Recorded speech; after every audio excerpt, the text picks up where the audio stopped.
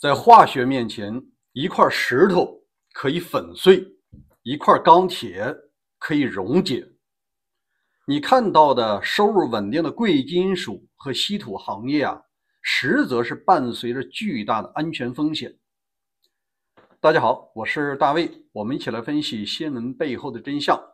今天我收到一个突发事件，也是国内的一个安全事故，连新华社各大媒体都报道了，确实让人心痛啊！6个风华正茂的大学生就这么没了。首先说我作为化工行业半个内行，我跟你聊一下这背后的真相是你想不到的。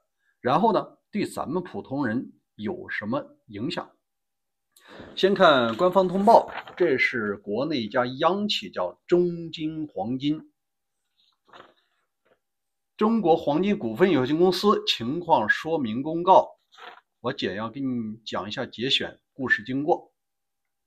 2025年7月23日，东北大学6名学生在中金黄金股份有限公司（以下简称公司）控股子公司内蒙古某矿，那个名字就不念了，太长哈。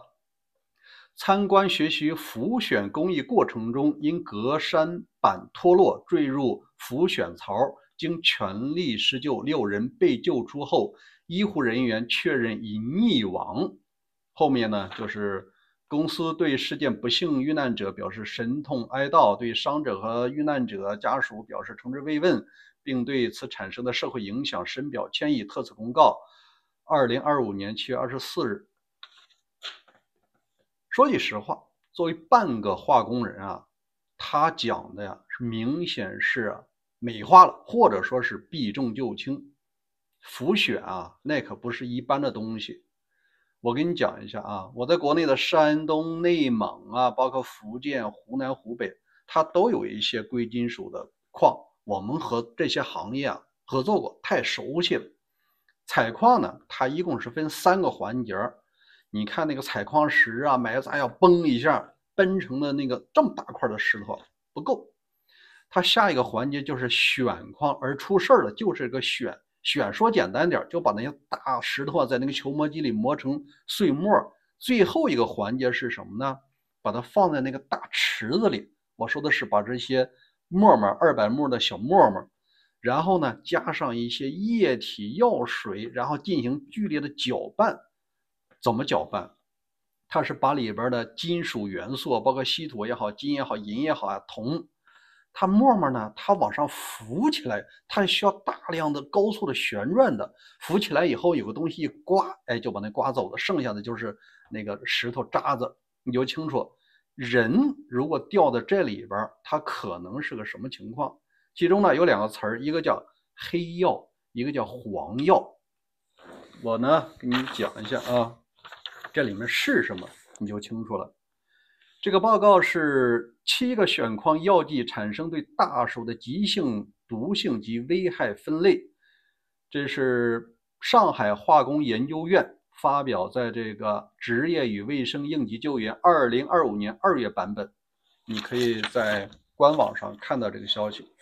我给你念几段你就知道这人为什么他无法生还。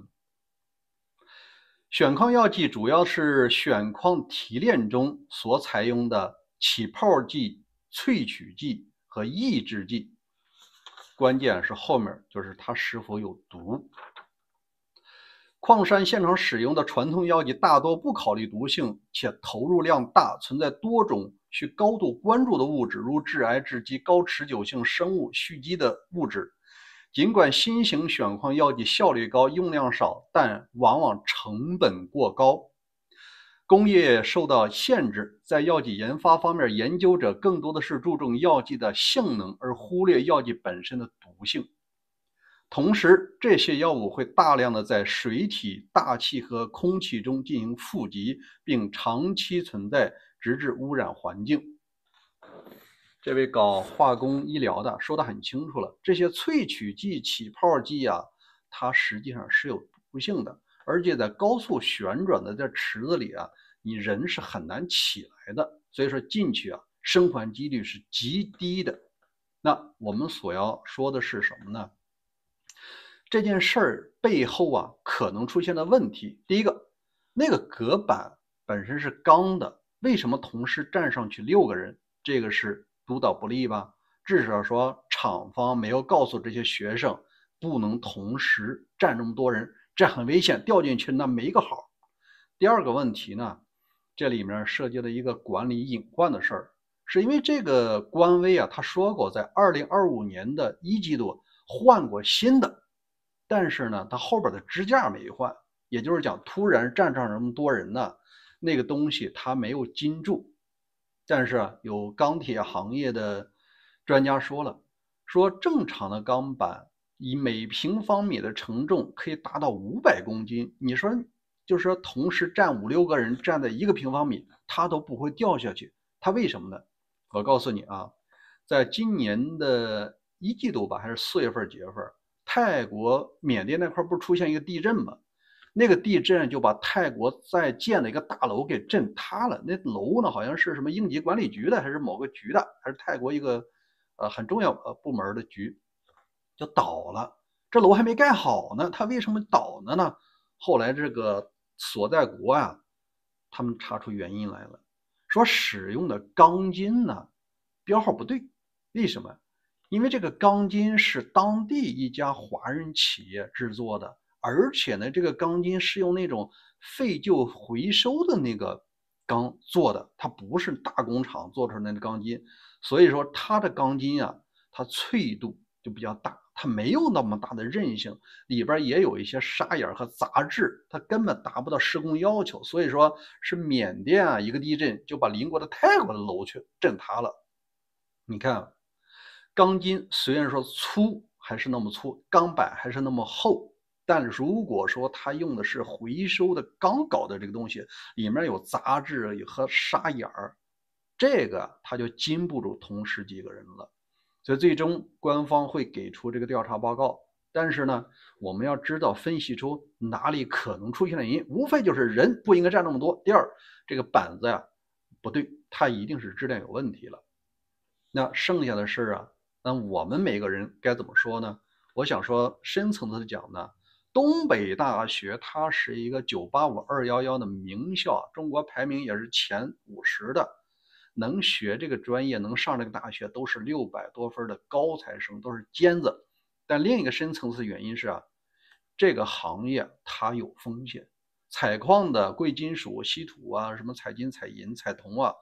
他不会在城市里上班的，他基本上都是在一些偏远山区，内蒙啊、云南呐、什么江西啊，去这些地方，他本身条件艰苦。那什么家庭报这些专业，那基本上都属于是普通老百姓家的孩子。你说当官的或者是有钱人家孩子，基本上学金融、学法律、学医生，对吧？学会计师，他相对在城市写字楼里待着，没有太大风险。所以说啊，普通老百姓家的孩子，为了追求一个收入稳定，也想学这个。那问题就来了，我认识的一些矿业的人啊，他们都说干段时间就不干了，挣够钱就不干。什么原因啊？风险太大。其中第一个呢是环境污染。你看啊，一个矿王都有一个矿长，安监副矿长、环保副矿长、什么职业疾病副矿长，还有什么人事副矿长。安监是一个独立的副矿长，必须是专配的，还有一个是环保副矿长，还有什么健康那个副矿长，这是对付这个国外来检查的啊。那个管健康的国内不查，主要是国外查。他们说这个时间长了以后呢，周围的空气呀、土壤啊、水呀，多多少少会有一些污染，这是拿生命在换钱。第二个呢，有些人讲啊，真正赚钱不是在国内，而是外派。我认识好几个副矿长啊，后来是到哪儿了？安哥拉、赞比亚这些非洲地方，他去那儿采矿，采的都是贵金属，有的是稀土矿，有的是金矿，有的是那个木矿。这些矿利润很高，但是他们说了，收入虽然是国内的2倍到3倍，但是呢，脑袋啊，有时候可能不保。他说过，举个几个案例，你像安哥拉呀，还有一些中部的什么斯坦的国啊，你虽然搞定了当地的最大的总统啊，或者什么部长，但有时候他底下那个部落呀，他那个邦啊，他和总统他不是一个派系的，或者不是一个种族的。所以他有时候也来骚扰，也来经常给你什么打游击啊，就是绑架什么的，这种事挺多的啊。你要经常看新闻，你能看到。所以他们说什么呢？在外派个几年，就把这一辈子的钱挣到，是赶紧回来，因为你搞不清楚啥时候他内乱了，或者总统被推翻了，上来的人不认前面合同，把这工厂赶走都有可能的。所以说，如果你的亲戚朋友或者你的孩子报了矿业，要让他们注意这两点。如果说防护不力的话，确实是有生命危险。如果是外派了，也尽量干好了以后要回来。无论如何呀，你挣钱的目的首先是要改善生活，是要享受生活。命要没了，那钱也确实也没啥意思了。好吧，这个话题比较沉重，但是呢，我今天给大家的建议啊，希望给大家有一个小小的帮助和提示。好吧，今天就到这儿，再见。